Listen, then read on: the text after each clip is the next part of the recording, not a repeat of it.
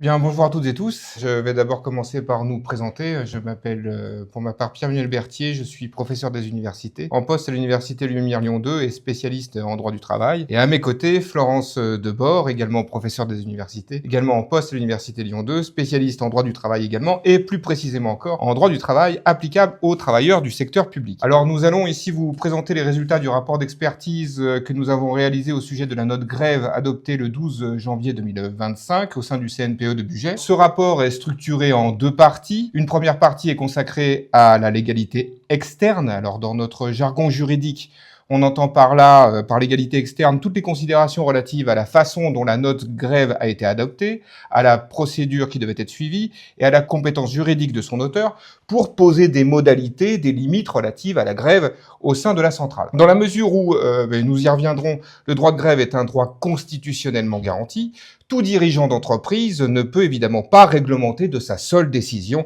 l'exercice du droit de grève. Nous commencerons donc cette présentation par des considérations de légalité externe sur l'adoption de la note et la compétence juridique de son auteur. Puis nous aborderons des questions relatives cette fois-ci à la légalité interne de la note. Alors qu'entend-on par légalité interne? Il s'agit ici de considérations relatives au contenu même de la note, aux modalités, aux limites, aux contraintes qu'elle peut poser à l'exercice du droit de grève au sein du CNPE d'un côté et aux conditions de rémunération en temps de grève d'un autre côté. Sans plus attendre, je laisse d'abord la parole à Florence Debord, à Madame la professeure Florence Debord, afin qu'elle nous livre ses considérations sur les questions de légalité externe de cette note. Merci, Monsieur Berthier. Alors, il m'incombe donc de vous parler de la légalité externe de la note. Alors, deux points concernant la légalité externe de la note, celle de la compétence de l'auteur de la note et celle de la régularité de la procédure suivie pour adopter cette note. Alors, un petit rappel, déjà Pierre-Emmanuel Berthier vous l'a dit, je le redis, le droit de grève, c'est un droit constitutionnel. C'est un droit constitutionnel prévu par l'alinéa 7 du préambule de la Constitution de 1946, repris dans celui de la Constitution de 1958. Que dit cet alinéa 7? Que le droit de grève s'exerce dans le cadre des lois qui le réglementent. Et le Conseil constitutionnel considère donc qu'il revient au législateur de réglementer le droit de grève. Mais le législateur n'est pas intervenu, ou si peu, et c'est donc le Conseil d'État qui, dans une décision ancienne, désormais, puisqu'elle date de 1950, qui a précisé que, en l'absence de réglementation annoncée par la Constitution, la reconnaissance du droit de grève ne saurait avoir pour conséquence d'exclure les limitations qui doivent être apportées à ce droit, comme à tout autre, en vue d'en éviter un usage abusif ou contraire aux nécessités de l'ordre public. Mais qu'il appartient au gouvernement, responsable du bon fonctionnement des services publics, de fixer lui-même, sous le contrôle du juge de l'excès de pouvoir, la nature et l'étendue des dites limitations. En 1950, donc, le Conseil d'État considère que seul le gouvernement a la possibilité de réglementer le droit de grève sous le contrôle du juge de l'excès de pouvoir. Puis, après le gouvernement et les ministres, donc, ce sont les directeurs d'établissements publics qui se sont vus conférer ce pouvoir. Ce sont des décisions de 1997 relatives à EDF, du temps où EDF était un EPIC. Ce pouvoir a été reconnu donc sous le contrôle du juge administratif au directeur de la production et du transport d'électricité de France. C'est une autre décision du même jour, et au directeur EDF GDF Service. En 2013, le Conseil d'État étend pour la première fois aux directions d'entreprises privées chargées de la gestion d'un service public la possibilité de limiter le droit de grève, en l'occurrence au directeur général délégué et au directeur optimisation, aval et trading de la Société Électricité de France. On est en 2013. En dernier lieu, c'est au directeur de l'exploitation de la société Réseau de transport d'EDF, d'électricité plus exactement, que ce pouvoir a été reconnu. Ça, c'est en 2025, une décision du 14 février 2025. Et on peut même signaler, même si ce n'est pas à propos d'EDF, qu'il y a une décision encore plus récente qui date du 1er décembre 2025, au terme de laquelle le Conseil d'État a conféré ce pouvoir à la seule présidente, directrice générale de la société Radio France, qui est, du point de vue juridique, à peu près dans les mêmes circonstances que EDF. Alors, si l'on applique cette jurisprudence à la note au sein du CNPE du Bugey, on se rend compte que le Conseil d'État a réduit significativement le cercle des personnes habilitées à régir l'exercice du droit de grève. C'est ainsi, par exemple, que le Conseil d'État a refusé d'accorder la qualité de directeur habilité à limiter le droit de grève à un directeur d'EDF, GDF, un directeur de centre. Un tel directeur n'est donc pas un organe dirigeant au sens de la jurisprudence. Il apparaît donc, en conséquence, que l'auteur de la note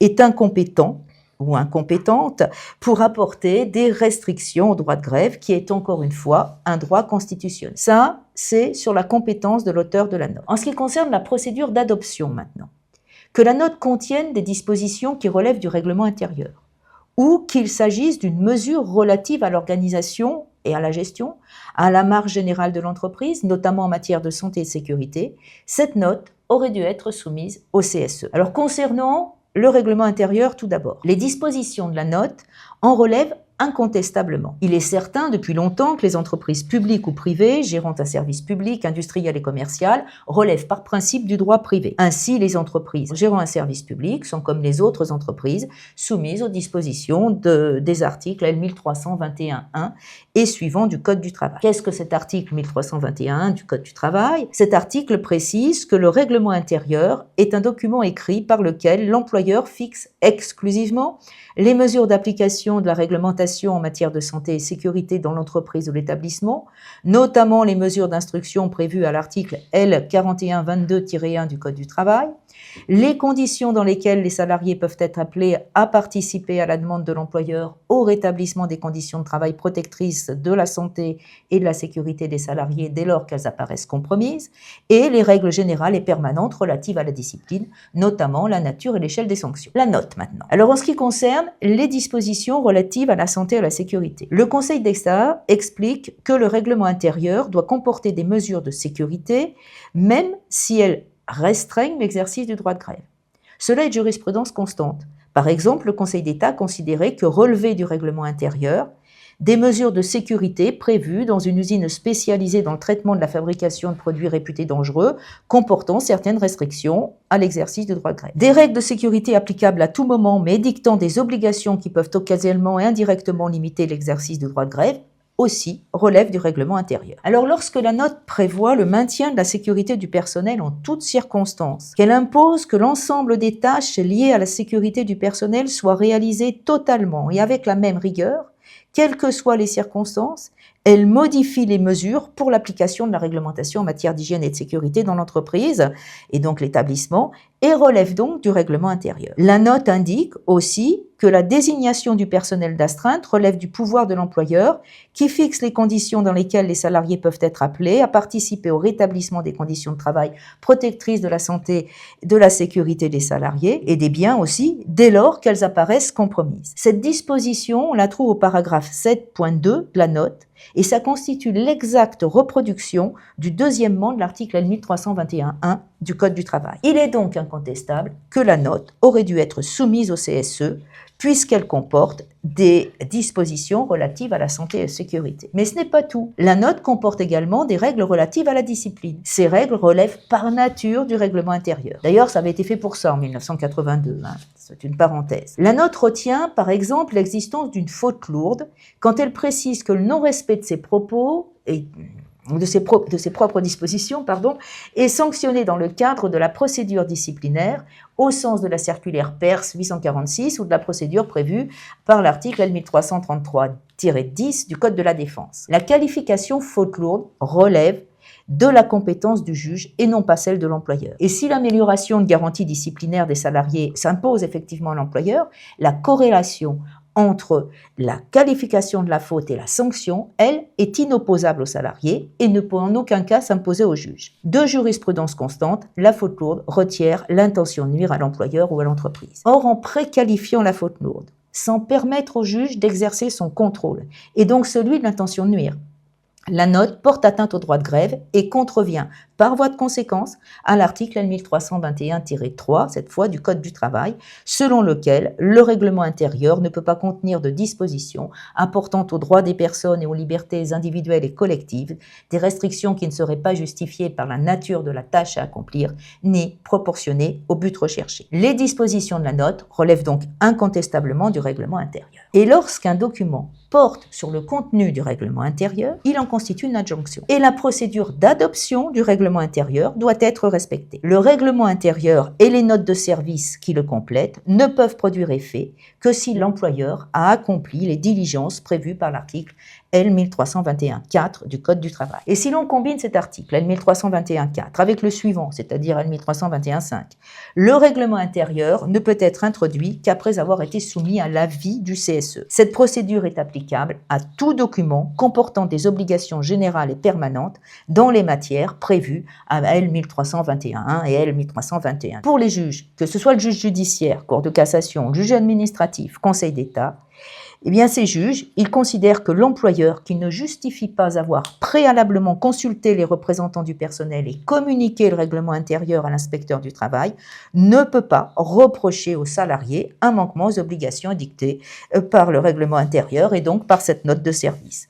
Autrement dit, le règlement intérieur, la note en question, est inopposable aux salariés. Alors, au regard de ce que je viens de dire, les dispositions relatives à la santé et à la sécurité, les dispositions relatives à la discipline relèvent du règlement intérieur et donc la note aurait dû être soumise à la procédure d'information-consultation du CSE. Ce n'est pas tout. Donc là, on était sur le règlement intérieur. Ce n'est pas tout parce que la consultation du CSE aurait dû aussi intervenir au titre des articles L. 2312-8 et suivants du Code du travail. Au terme de ces articles, et notamment au terme du premier, L. 2312-8, le CSE est informé et consulté sur toute décision, toutes les questions intéressant l'organisation, la gestion, la marge générale de l'entreprise, notamment en matière de santé, sécurité, conditions de travail. C'est une jurisprudence constante qui prévoit que cette procédure d'information-consultation n'est obligatoire que lorsque la mesure est générale. Alors certes, effectivement, les actions ponctuelles ou individuelles ne sont pas soumises à cette obligation. Cependant, la note portée à notre analyse est bien de portée générale puisqu'elle s'applique à l'ensemble des salariés du CNPE de budget.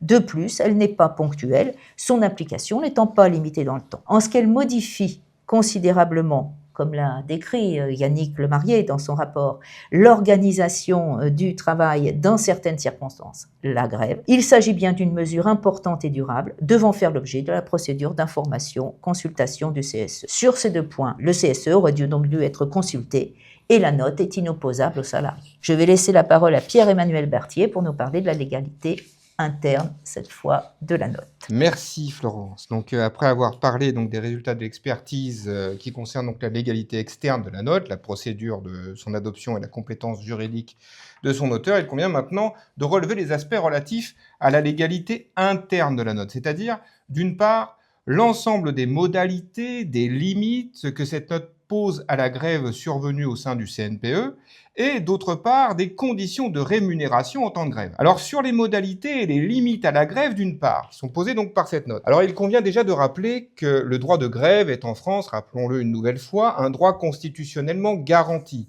c'est-à-dire un droit qui se situe au plus haut de la hiérarchie des normes, plus haut que la loi, plus haut même que les traités internationaux. Alors ceci signifie naturellement, comme l'a indiqué Florence, que tout dirigeant d'entreprise n'a pas la compétence juridique pour réglementer le droit de grève. Et dans le même sens, dire que la grève est un droit constitutionnel signifie aussi que ce droit ne peut pas être réglementé, ne peut pas être limité pour n'importe quelle raison et selon n'importe quelle intensité. Puisque dire qu'un droit est de valeur constitutionnelle n'aurait évidemment aucun sens si on pouvait le limiter pour n'importe quel motif et selon n'importe quelle intensité. C'est la raison pour laquelle toute limite au droit de grève, toute modalité ou contrainte qui pourrait peser sur son exercice doit pouvoir être justifiée et proportionnée. Deux exigences juridiques donc pèsent sur les limites à la grève. Une exigence de justification et une exigence de proportionnalité. Une exigence de justification d'abord, c'est-à-dire que toute restriction à la grève doit être nécessaire pour assurer le fonctionnement du service public. Alors voilà quelque chose que l'on retrouve même clairement dans les termes d'une note de 2009 applicable au CNPE, la note Mathias, qui nous dit en matière de requièrement, c'est-à-dire de maintien des salariés grévistes à leur poste, eh bien qu'un directeur d'unité a la responsabilité de requérir les salariés dont l'intervention est nécessaire à la réalisation des activités liées à la bonne exécution de l'arrêt de tranche. Donc une première exigence, il faut que les limites à la grève soient nécessaires à la poursuite du service public. Et à côté de cette exigence de justification, donc de nécessité, il existe également une exigence de proportionnalité. C'est-à-dire que non seulement une limite posée à la grève doit être nécessaire, mais encore faut-il, avec l'exigence de proportionnalité, qu'il n'existe pas d'autre alternative moins restrictive pour la liberté de faire grève. Par exemple, de pouvoir établir en matière de requirement que l'on n'a pas d'autre solution que de maintenir tel ou tel nombre de salariés grévistes en poste. Donc, deux exigences générales: la justification, c'est-à-dire la nécessité des restrictions, et la proportionnalité, c'est-à-dire l'absence d'alternatives moins restrictives de liberté. Eh bien, c'est en fonction de ces deux exigences qu'ont été analysées les dispositions, le texte de la note de 2025. Alors précisément, il existe deux grandes catégories de limites à la grève, de modalités qui concernent la grève au sein du CNPE de budget.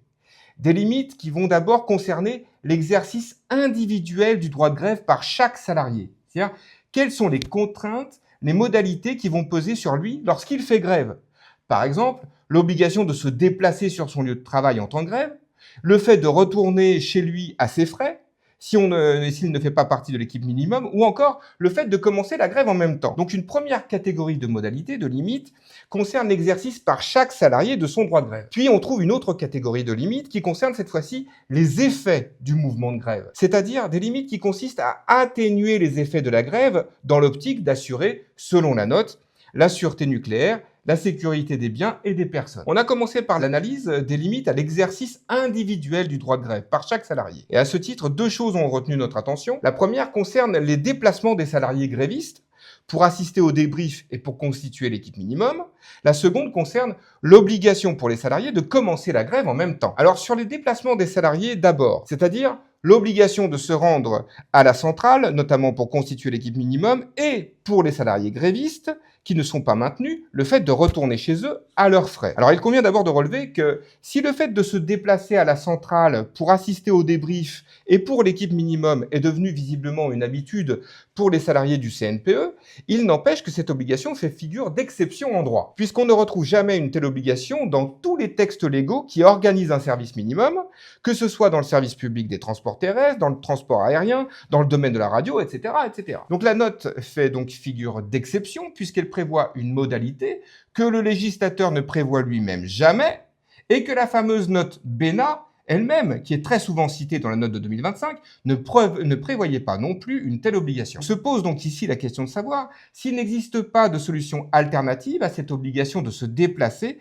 qui serait moins contraignante pour les salariés, ce d'autant que, élément important, le retour des salariés qui ne sont pas maintenus en poste jusqu'à leur domicile n'est plus pris en charge par l'employeur comme c'était le cas auparavant. Se pose donc ici la question de savoir si cette obligation et les frais qu'elle suscite pour les salariés est bien nécessaire et s'il n'existe pas une alternative moins contraignante pour les salariés qu'un déplacement à leurs frais, ce qui donc laisse à leur charge certains coûts suscités par l'organisation du service minimum. Toujours sur les déplacements, se pose aussi une question d'ordre plus général. La question est la suivante. On voit dans la note que les grévistes qui ne sont pas maintenus à leur poste percevront une rémunération équivalente à 1 heure de travail, qui est donc censé correspondre en fait au temps passé pour le briefing et pour la constitution de l'équipe minimum. Mais qu'en est-il du temps passé par les salariés pour se rendre de l'entrée de la centrale jusqu'à leur lieu de travail, pour les briefings, pour l'équipe minimum, et du temps passé à faire le chemin inverse, c'est-à-dire du lieu de travail pour sortir du site?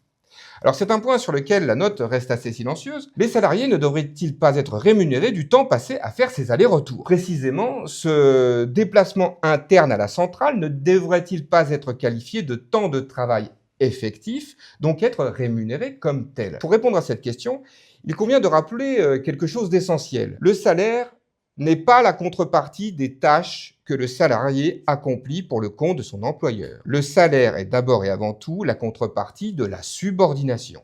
C'est-à-dire qu'à partir du moment où un salarié se tient à la disposition immédiate et permanente de son employeur, il est subordonné et le salaire est donc dû. Et c'est dans cette logique que les arrêts de la Cour de cassation retiennent assez logiquement que, au sujet des déplacements internes à l'entreprise, de l'entrée du site jusqu'au poste de travail et inversement, quand, pendant ces déplacements-là, le salarié est soumis à des suggestions, à des contrôles qui peuvent donner lieu à une sanction, ils sont subordonnés et ces temps de déplacement sont donc constitutifs de temps de travail effectif et doivent donc être rémunérés comme tels. C'est une solution qui correspond à une jurisprudence constante de la Cour de cassation et qui est assez logique, à partir du moment où les salariés sont subordonnés, ils sont payés, et qui a été rappelé précisément au sujet d'une grève à l'occasion d'un arrêt rendu le 7 juin 2023, qui est cité dans notre rapport. Donc à partir du moment où les salariés sont soumis à des contrôles, à des sujétions que l'on peut comprendre évidemment pour accéder à l'intérieur d'une centrale nucléaire, ce temps-là, en droit du travail, est du temps de travail effectif qui doit donc être rémunéré comme tel. Voilà donc pour les déplacements internes à la centrale. Donc toujours dans ces modalités qui concernent l'exercice du droit de grève par chaque salarié, nous nous sommes penchés également sur la question du commencement de la grève. Alors c'est aussi une nouveauté de la note de 2025 de réglementer le moment où la grève commence. En l'occurrence, les dispositions de la note imposent aux salariés de démarrer la grève au même moment et on prend pour point de référence celui qui commence le plus tôt. Alors là aussi, il faut resituer cette obligation dans un contexte juridique où, en principe, selon la Cour de cassation comme le Conseil d'État, chaque salarié est libre de commencer et d'arrêter la grève à tout moment dans le cadre défini au sein du préavis qui a été auparavant déposé. Donc, on retrouvera de très nombreux arrêts qui vont dans ce sens, avec en dernier lieu un arrêt rendu en 2025 par le Conseil d'État au sujet d'une note relative à la grève au sein de Radio France. Alors, je précise au besoin que l'idée ici n'est naturellement pas de comparer Radio France et les centrales nucléaires, mais de se référer à la jurisprudence, au raisonnement du Conseil d'État au sujet des limites à la grève dans les services publics. Et on voit précisément dans cet arrêt que le Conseil d'État considère que des restrictions au droit de grève sont valides, oui, mais après avoir bien vérifié que la note en question n'imposait pas aux salariés de commencer la grève à un moment en particulier et n'interdisait pas non plus de rejoindre un mouvement qui avait déjà commencé. Avec la note de 2025, adoptée au sein du CNPE de budget, on est en face d'une exception, d'une restriction exceptionnelle au droit des salariés de démarrer la grève quand ils le souhaitent dans le cadre du préavis de grève qui a été déposé. Alors cette restriction au droit de grève ne fait pas l'objet d'une interdiction légale absolue, ce n'est pas par principe interdit, mais cela nécessite de la part de l'employeur un effort particulier de justification, puisque cette restriction est exceptionnelle, un effort particulier de justifier en quoi cela est nécessaire au maintien d'un service minimum et qu'il n'existe pas d'autre alternative moins restrictive pour les salariés de leurs droits. Voilà donc pour cette grande première catégorie de limites à la grève qui concerne l'exercice individuel du droit de grève par les salariés, les déplacements et le commencement de la grève. Nous avons également abordé dans ce rapport une autre catégorie de limites qui concerne cette fois-ci les effets de la grève, les effets du mouvement de grève. Puisqu'en organisant un service minimum et en maintenant des salariés grévistes à leur poste, la note tend à atténuer les effets de la grève sur l'activité de la centrale pour assurer la sûreté nucléaire, la sécurité des personnes et des biens, ce qui est en soi est une finalité parfaitement légitime. Toutefois, ces limites aux effets de la grève sont encadrées par la loi et la jurisprudence de telle manière à ce que le fait d'atténuer les effets d'une grève ne conduise pas à instaurer un service normal, c'est-à-dire de faire fonctionner un service normalement, malgré la grève, comme si de rien n'était, pour ainsi dire. Ces limites aux effets de la grève sont possibles en droit si et seulement si elles permettent d'instaurer non pas un service normal, mais un service minimum nécessaire à la sûreté nucléaire, aux besoins essentiels de la nation, pour reprendre les mots du Conseil constitutionnel et du Conseil d'État. Sous cet aspect, deux limites aux effets de la grève, deux choses ont été analysées ici. Le requièrement des salariés d'abord, et le vote des salariés relatif au non-respect du programme nucléaire, donc à une baisse de charge. Alors sur le requièrement d'abord, il y a d'abord un débat possible sur le vocabulaire utilisé dans cette note qui parle indifféremment de salariés requis ou de salariés grévistes maintenus en poste. Alors on relèvera immédiatement que si débat il y a, c'est à notre sens un faux débat. Car que l'on parle de salariés grévistes requis ou de salariés grévistes maintenus en poste, c'est la même chose. Dans les deux cas, il s'agit d'un requièrement, c'est-à-dire le fait pour un employeur de faire travailler des salariés alors qu'en principe, ils ne devraient pas travailler puisqu'ils sont grévistes et que la grève est en elle-même un arrêt de travail. Donc quand cette décision est prise par un préfet, on parle de réquisition. Quand cette décision est prise par un employeur, on parle de requièrement. Mais c'est la même chose. Le requièrement en lui-même ne fait pas l'objet d'une interdiction absolue, ce n'est pas interdit, mais doit être conforme à ces deux exigences dont je vous parlais, exigences de justification et de proportionnalité. Alors pour être conforme à l'exigence de justification, d'abord, il faut établir que les activités maintenues sont nécessaires au service minimum, c'est-à-dire ici qu'elles sont nécessaires à la sûreté nucléaire, à la sécurité des biens et des personnes. Raison pour laquelle les juges contrôlent systématiquement le périmètre des activités maintenues. Il faut que le périmètre des activités maintenues et exécutées par les salariés requis soit précis. On voit bien d'ailleurs dans les arrêts rendus en février 2025 par le Conseil d'État au sujet du réseau de transport d'électricité, RTE, que non seulement les activités en question doivent être identifiées, mais que les juges vérifient également que ces activités sont essentielles, ici au maintien de la sûreté nucléaire, à la sécurité des biens et des personnes au sein de la centrale. Or, ici, dans cette note, on a pu relever une certaine imprécision à ce sujet dans la note adoptée au sein du CNPE du budget, puisqu'au paragraphe 6.1.1.2 de la note, il est clairement indiqué que des activités ne relevant pas de la sûreté pourront être maintenues.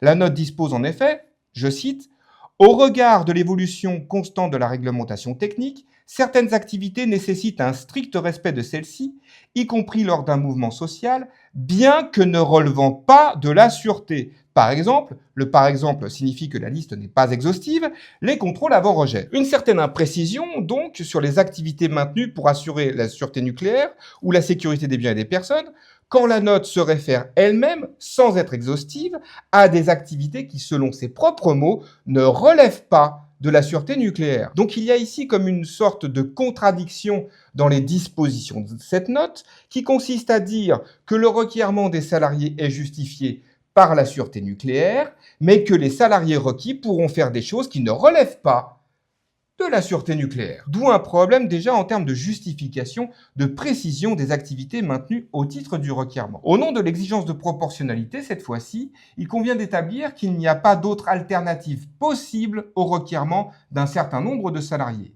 que l'on ne peut pas faire autrement pour assurer un service minimum que de maintenir certains salariés grévistes à leur poste. Et c'est ainsi, par exemple, qu'en jurisprudence, des grévistes peuvent être requis uniquement si les non-grévistes sont en nombre insuffisant pour assurer le service minimum.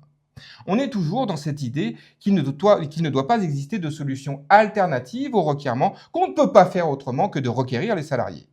Et c'est ainsi que des dispositions sur l'existence ou l'absence d'alternatives possibles devraient être prévues dans la note, conformément à la jurisprudence du Conseil d'État qui affirme régulièrement, je cite, « la nécessité de vérifier que des solutions alternatives à l'exercice du pouvoir de réquisition font défaut. » Or, on ne trouve guère de dispositions dans la note, de dispositions relatives à l'existence ou non de solutions alternatives au requérement. Par ailleurs, la note va ici encore souffrir de cette imprécision que nous avons relevée sur les activités maintenues au titre du requérement, car dans la mesure où celles-ci ne sont pas davantage précisées, comme nous l'avons vu, eh bien, il paraît difficile de savoir, sans connaître avec plus d'exactitude l'étendue des activités maintenues, si oui ou non, on ne peut pas faire autrement que de maintenir des salariés grévistes à leur poste. Donc, deux doutes ont pu être exprimés au sujet du requérement, l'un en termes de justification du requérement de nécessité, l'autre en termes de proportionnalité du requérement. Par ailleurs, toujours au sujet de ces limites aux effets de la grève,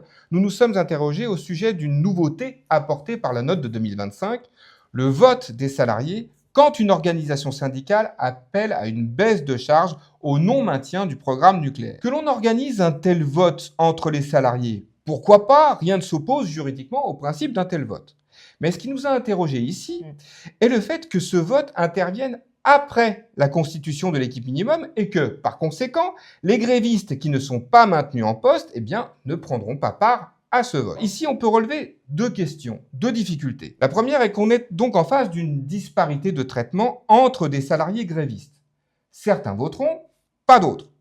Alors, on peut déjà s'interroger sur les raisons objectives et pertinentes de cette exclusion, car ici, il faut rappeler que ce vote est organisé uniquement quand une organisation syndicale appelle à une baisse de charge. C'est donc un vote qui porte sur les incidences du mouvement de grève qui a été initié. Et dans ce cadre, on ne voit pas pourquoi des salariés grévistes, même s'ils ne travailleront pas, ne peuvent pas se prononcer aussi sur les incidences du mouvement de grève auquel ils ont pris part. Donc l'autre difficulté tient au fait qu'on aura du mal ici, encore une fois, à percevoir la nécessité de faire en sorte que des salariés grévistes ne prennent pas part au vote pour assurer un service minimum et non pas un service normal. Voilà donc déjà dans un premier temps les résultats de cette expertise concernant les limites à la grève, les modalités qui concernent donc l'exercice du droit de grève par chaque salarié et les limitations plus générales aux effets de la grève. L'autre grand sujet sur lequel nous avons été saisis, au sujet du contenu de cette note, donc toujours sur sa légalité interne,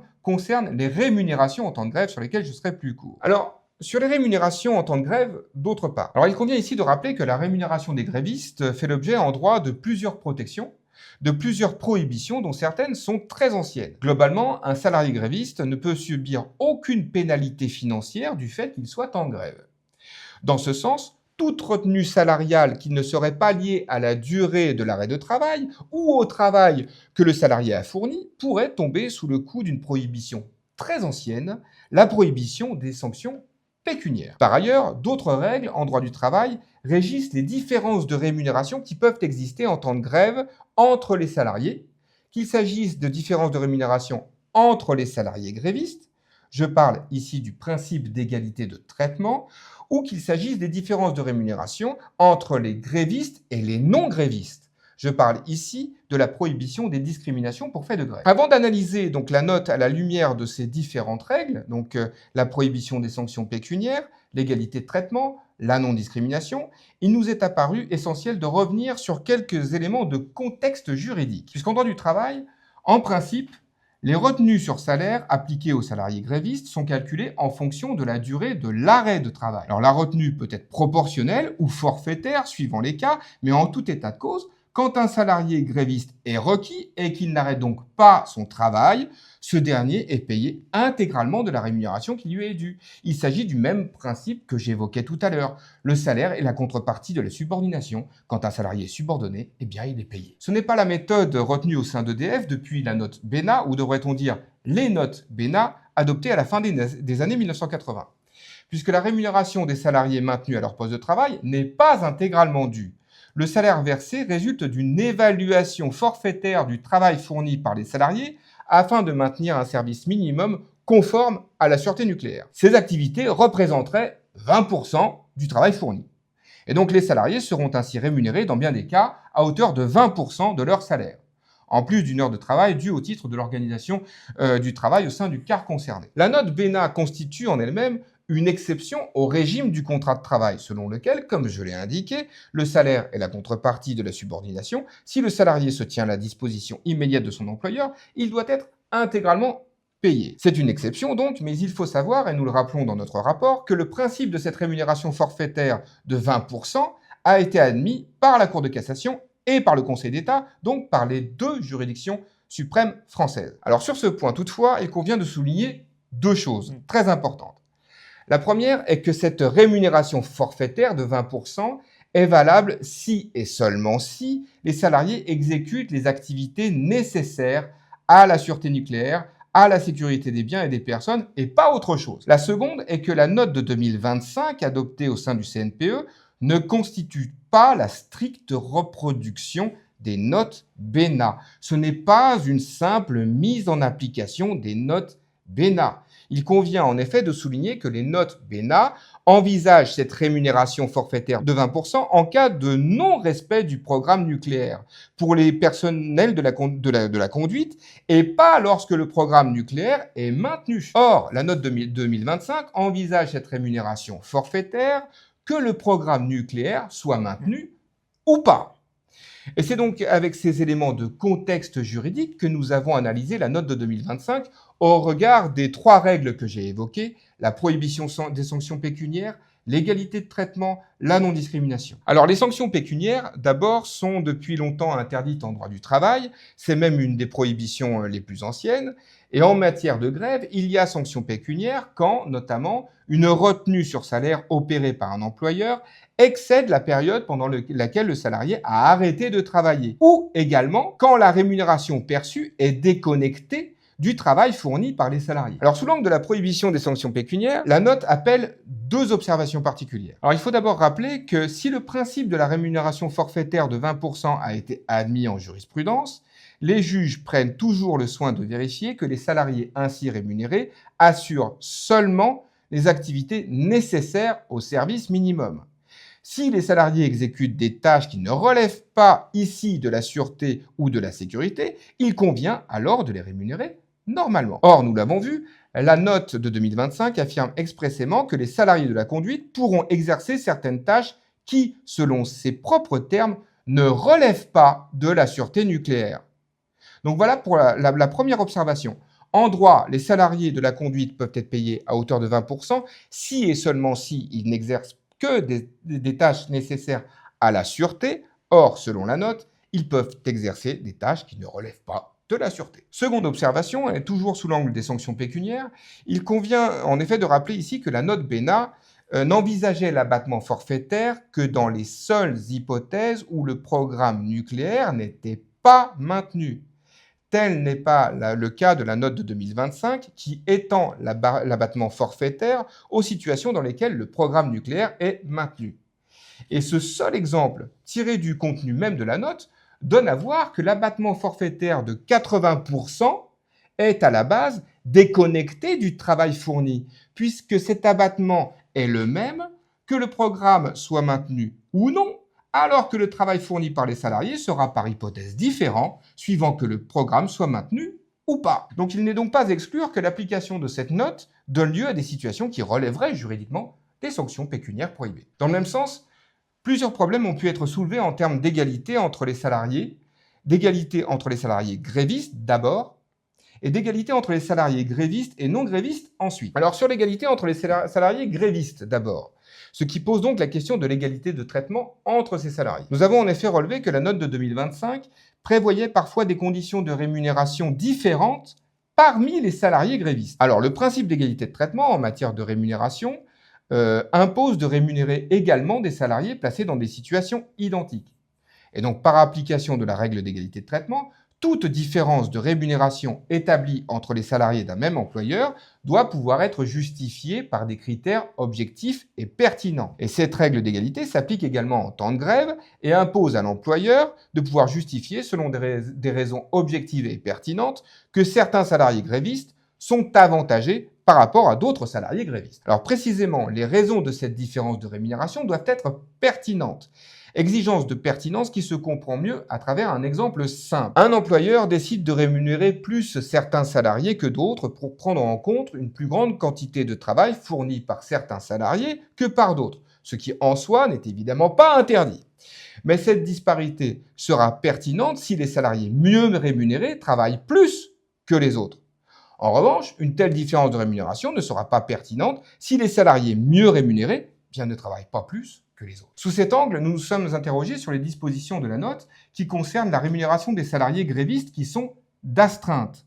Les salariés du service de la maintenance qui peuvent être mobilisés uniquement pour les activités sûreté nucléaire, sûreté du réseau et sécurité. Et précisément, le paragraphe 7.2 de la note indique clairement que les salariés grévistes d'astreinte ne supportent pas la retenue de 80% sur leur rémunération dès lors qu'ils interviennent dans la centrale. La note précise en effet que les grévistes d'astreinte, lors de leur intervention, sont rémunérés à 100% lorsqu'ils travaillent en heures ouvrables et en heures supplémentaires lorsqu'ils interviennent hors heures ouvrables. On a donc là une différence de rémunération importante entre ces salariés d'astreinte rémunérés à 100% le temps de leur intervention et les autres salariés maintenus à leur poste qui sont rémunérés, eux, selon le forfait de 20%. Alors, on peut imaginer qu'il existe des raisons au fait que ces salariés puissent être mieux rémunérés que les autres dans le cadre de leur intervention, mais j'avoue que nous avons eu du mal à percevoir les raisons pertinentes pouvant justifier que les salariés sur site, qui restent à la disposition de l'employeur, puissent être rémunérés selon un taux horaire 5 fois plus bas que les salariés d'astreinte durant leur intervention. D'où une interrogation, des doutes au sujet de l'égalité de traitement entre les salariés grévistes eux-mêmes. De même, des doutes ont pu être exprimés au sujet des différences de rémunération entre les salariés grévistes et les salariés non grévistes. Alors sur l'égalité entre les salariés grévistes et non grévistes, ensuite et enfin, ce qui pose donc la question de la discrimination pour fait de grève. Alors il est interdit en droit de désavantager des salariés en fonction du fait qu'ils soient grévistes. Ce qui peut être le cas quand une différence de rémunération entre grévistes et non grévistes ne correspond pas, encore une fois, à une différence de travail fournie. La Cour de cassation l'exprime avec netteté quand elle considère qu'une telle discrimination est constituée quand des primes plus importantes sont versées aux salariés non grévistes, alors que la quantité de travail demandée aux salariés non grévistes n'avait pas été plus importante que d'habitude. Et donc, dès lors qu'une différence de rémunération faite en défaveur des salariés grévistes ne correspond pas à une différence d'activité entre eux et les salariés non grévistes, cette différence ne s'explique pas autrement qu'à travers la participation de ces salariés à un mouvement de grève. Elle constitue ainsi une discrimination pour fait de grève. Alors ici, dans ce cas précis du CNPE de Bugey, les salariés grévistes maintenus en poste seront payés à hauteur de 20%. Et les non-grévistes seront naturellement payés à hauteur de 100% de leur rémunération. Alors pour être conforme à l'exigence de non-discrimination, cette différence salariale de 80% entre les salariés grévistes et non-grévistes devrait alors correspondre à une différence d'intensité et de quantité très importante entre le travail fourni par les salariés grévistes maintenus à leur poste et celui fourni par les salariés non grévistes. Or, ici, à la lecture même de la note, on a du mal à percevoir une telle différence d'intensité, une différence de charge de travail telle qu'elle pourrait justifier que certains salariés soient rémunérés 5 fois moins que les autres. Déjà parce que la réglementation technique a beaucoup évolué depuis les notes BENA, ce que la note de 2025 rappelle elle-même.